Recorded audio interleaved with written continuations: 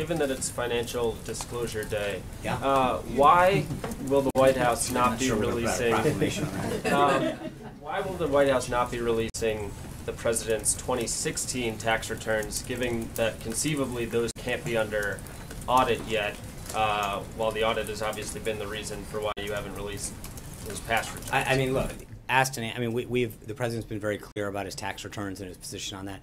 The Office of Government Ethics requires every federal employee at a certain level to file these financial disclosure forms that anyone in America can go on to. It'll be the first time, I believe, and I don't want to get ahead of the background briefing and give away the good stuff, but I believe that this is the first time that they're on the White House website. We are making them more accessible and more available than in history. So then why not make this step? I think that's an apples and oranges, because before? These are required by law. I mean, these lists, just for everyone who's not familiar with them, the financial disclosure forms that we file, I think it's called a 278, reveal every asset you own, every debt that you have, your spouse's income, your spouse's employment, holdings that you have, credit card debt, it is a fairly comprehensive undertaking of every asset that a person owns, every debt that they have, and I think that is a very clear understanding of the assets that people have, the value of those assets, both in terms of whether they're worth something or the liabilities that they're incurring.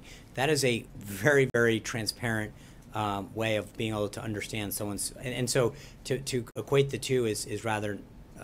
Sure, I just was using that as a jumping off point for the tax returns Well, question. I'll jump back. If the audit is not the reason for I didn't say returns, but because there can't be an audit of right. But you also remember that taxes aren't due until the 15th of April. So can we expect them? I don't know that I'm not. I don't know. We haven't really gotten into. I'm worried about getting my own done. But I'll no. But I think that, again, I think that respectfully, you look at what we're doing, going frankly, and again, this will be discussed after this is done. But I think there is an element of going above and beyond what has been done in the past to make sure that people have access to this. There's a lot of people. I think one of the really interesting things that people are going to see today, and I think it's something that should be celebrated, is that the president has brought a lot of people into this administration, into this White House in particular, who have been very blessed and very successful by this country, and have given up a lot to come into government by setting aside a lot of assets.